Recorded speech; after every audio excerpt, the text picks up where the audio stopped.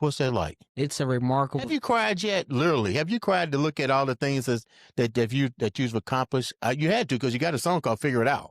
I mean, You can be real. I shed a few tears because of where I've been and Right. where I am now. Being a artist from Indianapolis, Indiana, that nobody really knows yet.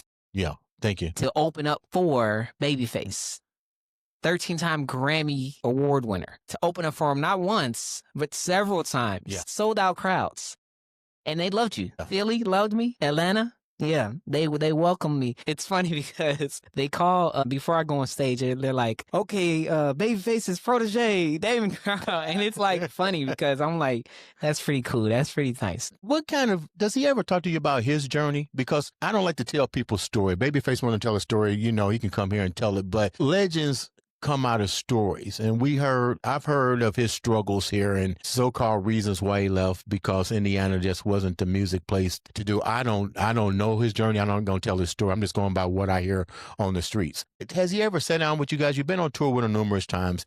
He clearly embraces the Indiana artists here. Has he ever sat down and really talked to you about his journey and his struggles? And Not yet, but I do hear a lot of stories coming from Uncle Jams through him. You know what I'm saying? So it's like, you got to sit down and listen, you know, because Uncle Jams, he tells a lot of stories too, where he knows so much from Babyface. So that's, you know, and it's kind of funny because every time, you know, Babyface calls Uncle Jams, he's like, okay, this is what he said, this blah, blah, blah, blah. And, you know, everything kind of stems through Uncle Sid from him. I don't think we gotten on that level yet. Right. You know what I'm saying?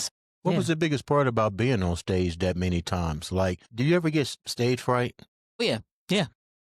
Okay. The very first time opening for him was in Kentucky, and I was so nervous. I probably wasn't nervous until I got on stage, but the only thing I can remember is getting on stage. I couldn't see a thing. It was pitch black dark. People don't understand that. And, you know, because not trying to step on any of your parade, but even as a professional bodybuilder, we perform in front of crowds, and people say, why do you go up there with your posing trunks on? I said, believe it or not, you don't see people. You might see the first 2 rows. Right up here. Yeah, you don't see them like you think. You think we can see them, but it's like you don't see them. But you said you saw millions of thousands of people out there.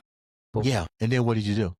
I just had to go in. I didn't mess up or anything, but I just had to go in. And I was just like, okay, lock in. Like they would say, lock in. And I was like, Damon, why'd you held that note for a long time and you could have kept going, but you know, you didn't.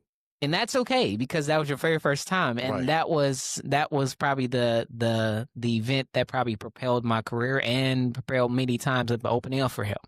And, you know, later down the road, you know, I get to open up for him in Atlanta. And that's a different crowd. That's not Kentucky. That's like Hollywood. Yes. And opening up for him in Atlanta, they gave me this really big dressing room, man, and they made me feel like a real star. And I was like, okay, hey, man, and that doesn't help my nervousness because, you know, they're like doing like, do you want water? Do you want tea? And I'm like, okay, that's cool. All right, just calm down now. All right, I just want to get the show done, open up. But, you know, it's a really nerve-wracking feeling that you just want to get it over with. It's not so much overwhelming, but it's more of a great feeling that you're able to see like, man, this is what I really asked for. This is what I really manifested. You know what I'm saying? And I'm right here in the thick of it. So it's just a remarkable feeling to open up for him. And that crowd was remarkable.